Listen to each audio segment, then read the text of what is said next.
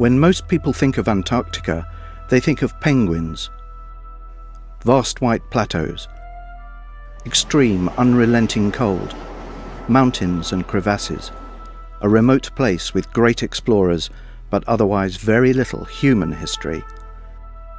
Deception Island stands in contrast to this. First seen from a distance by Edward Bransfield in January 1820, it would have looked like any other island in the recently discovered South Shetland Islands. That is until 10 months later, when the American sealer Nathaniel Palmer sailed close to the island and discovered the narrow entrance into Port Foster. It is this unexpected natural harbour, arising from the collapsed volcano, that gives the island its name and provided ships with a refuge from Antarctic storms. Before long, British and American sealers were using Port Foster as a safe hunting base. The Antarctic fur seal's dense pelt was highly prized. But after the slaughter of around 500,000 fur seals, the population in the South Shetland Islands was virtually wiped out. No material remains from this era survive on Deception. The next men to arrive would leave their mark on the landscape. In 1906, Norwegian expatriate Adolf Andresen took a factory ship and 2 fast whale catchers to the island. By 1908, there were 3 whaling companies using the bay, 2 Norwegian and 1 Chilean, which required 200 men, mostly Norwegian, to operate the ships. These early ships could process only the whale blubber by boiling out the oil in their open tanks. The carcasses, or scrots, of the whales were then cast adrift to float in the bay. The resulting stench, which attracted thousands of birds to the island to feed on the rotting carcasses, was mixed with the odour of rotten eggs from the sulphur emitted by the active volcano. It was a smell that belonged to the life of a whaler. Such waste was prohibited from 1912, following new regulations, and the Hector Whaling Company of Tonsberg in Norway established a land station at Whalers Bay to deal specifically with scrots.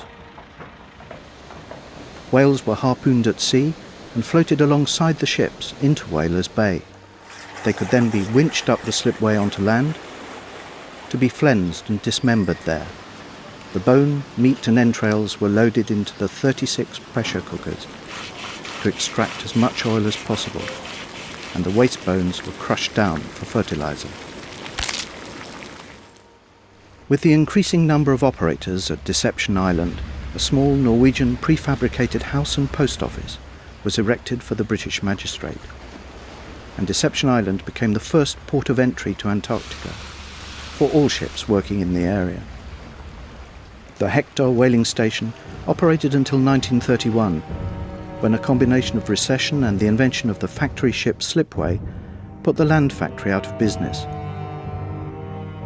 During these whaling years, a cemetery was established behind the land station, eventually containing 35 graves and a memorial to 10 men lost at sea. This was buried and partly washed into the bay when the volcano erupted in 1969.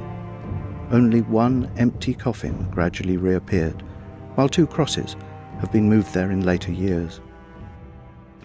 In 1928, an expedition led by Australian Sir Hubert Wilkins transported 2 Lockheed Vega aircraft to Deception. Employing workers from the whaling station, Wilkins smoothed out an 800-metre S-shaped runway and made history by becoming the first person to fly an aeroplane in Antarctica. In 1943, a British naval expedition called Operation Tabarin was mounted to conduct scientific research and reinforce territorial claims in the Antarctic. The first of 2 bases was set up in Deception Island at Whalers Bay.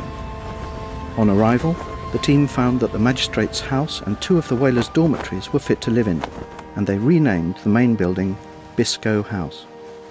This base was known as Base B and continued to operate as a meteorological station and staging post for ships and planes. The second base, set up further south at Port Lockroy on the Antarctic Peninsula, was known as Base A. This base still stands today and is cared for by the UK Antarctic Heritage Trust. In 1955, hunting aerosurveys was contracted to undertake a major aerial survey of the Antarctic Peninsula using 2 Canso amphibious aircraft and 2 helicopters. They built the hunting lodge, now known as Fidesi Hut, after the Falkland Islands and Dependencies Aerial Survey Expedition.